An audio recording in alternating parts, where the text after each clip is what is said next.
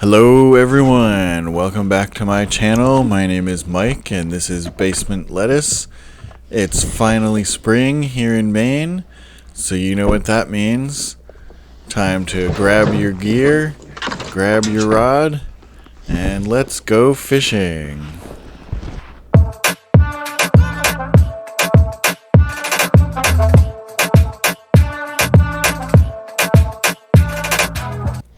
So the first spot here we're at is a little pond called Silver Lake.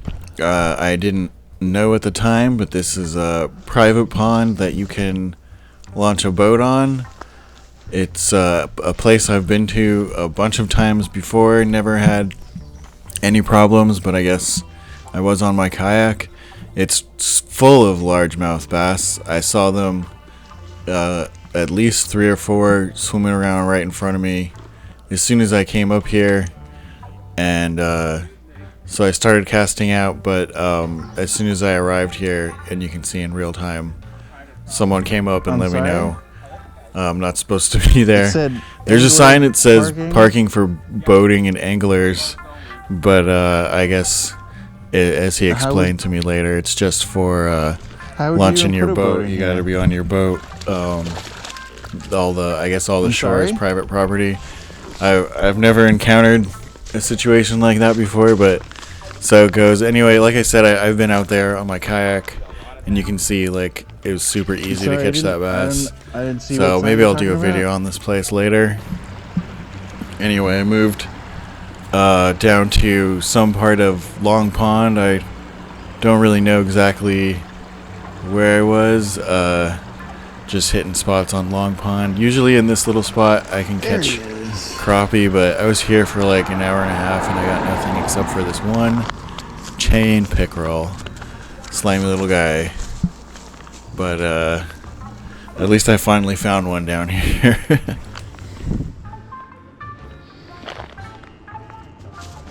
Oh, crap. It slimed me good.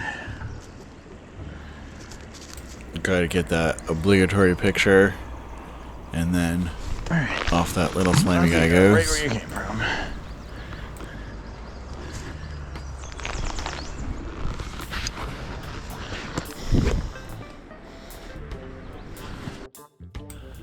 And then the next day in the early morning, I decided to do some kayaking, and this is in Messalonsky Stream. So this was pretty early in the morning, even though it looks pretty light out. It was like 8 o'clock, 7:30. And right here at the very beginning, as I was about to launch, was unfortunately the most action I would see on this stream. So right down here, I saw, I couldn't tell exactly if it was a largemouth or a smallmouth, but I knew it was a bass. It was probably, I assumed it was a smallmouth in this area, but it was swimming around all these sunken branches here.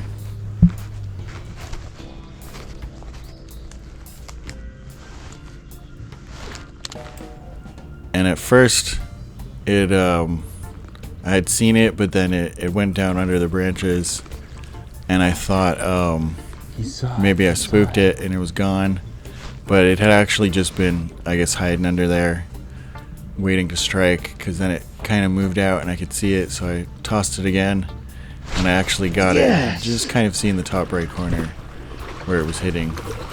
But this is not the biggest bass, but for this stream, this is a pretty good size. I can't imagine there's too many over 2 pounds, or I haven't really gotten any in here. I have seen people catch some nice ones that were maybe 3 or 5 pounds, somewhere in there, but the last time I saw someone catch one big one in here was like 3 years ago, because in between they dropped the water in this stretch of the stream because they were working on the hydro dam above here, so it got really low, and a lot of the fish died. So this stretch kind of sucks most of the time, but it is what it is. So that was a pretty good fish for this spot. And then Some expert kayak launching here going on.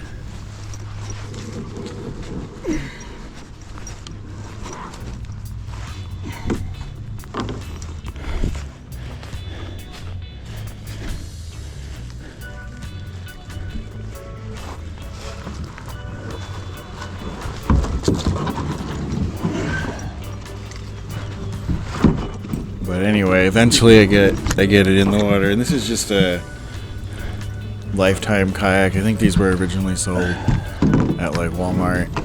I got this off Facebook for like, I don't know, 75 bucks. It's far from the best kayak, but definitely gets the job done. I mean, it's super light, so it's real easy for these kind of places where you can just throw it in. I guess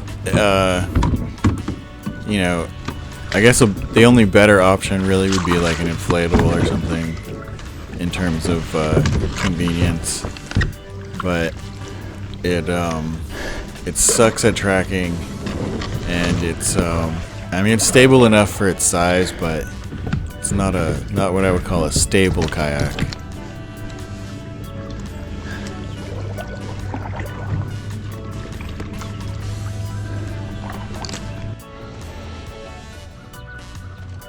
And this is pretty much the usual fare for this stream. A lot of little dinks. Just giving him the old toss back, and here's an even smaller one.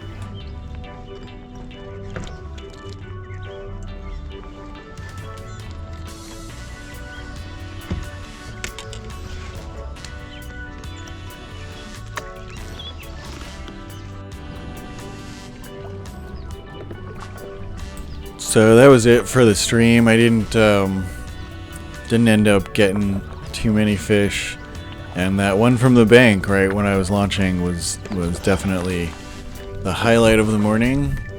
But anyway, I went ahead and put the kayak away, had lunch, and then came down here with my John boat to try some fishing. And this is Ellis Pond. I believe it's Ellis Pond on this lower half, and McGarth Pond is the upper half, but this is the McGarth / Ellis Pond boat ramp here. And just behind me there was like a maybe 3-pound, 2.5-pound smallmouth bass that looked like it was digging up a bed. Couldn't quite tell if it was just a sandy spot. It wasn't quite like totally built, or it was just a little sandy spot. Either way, it was kind of glued to this area. So I was gonna try to give it a catch before I took off and scared it off, but I let one of the other, there was a younger dude here, and I let him give it a try, but it wasn't paying any attention. But I could see just further off in the water there was definitely like a 5-pound largemouth cruising around, and I would actually see a bunch of them today. And the funny thing is, I was at this same lake the day before kayaking with my partner, and I didn't see any fish in this lake at all the entire day that I was there with her. But yeah, he wasn't able to get it. It was not interested, not impressed at all. I imagine everyone who comes down this ramp gives it a try. But at least with that good omen of there being bass here, I was here, as you can see, casting off and getting ready to get underway. But at least it seemed like there was a promise of fish today.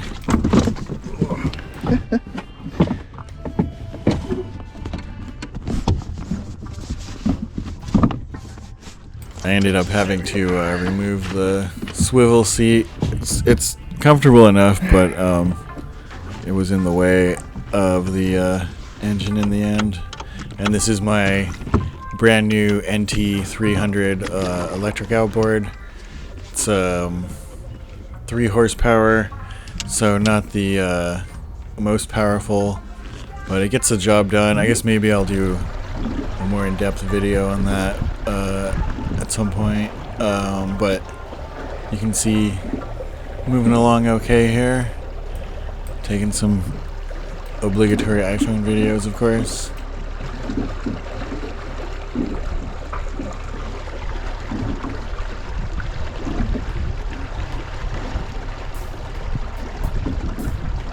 So usually this little area that we're passing just after the boat ramp, around in between all the mooring buoys here, this is a pretty good spot for crappie and brook trout sometimes, because they chill in the current there. It's where, like, I don't know if this is like, a lot of these lakes are creek beds or smaller streams that were dammed and flooded up, so I don't know if that's what this place was originally, but there's like a channel there, so they kind of rise on the drop there.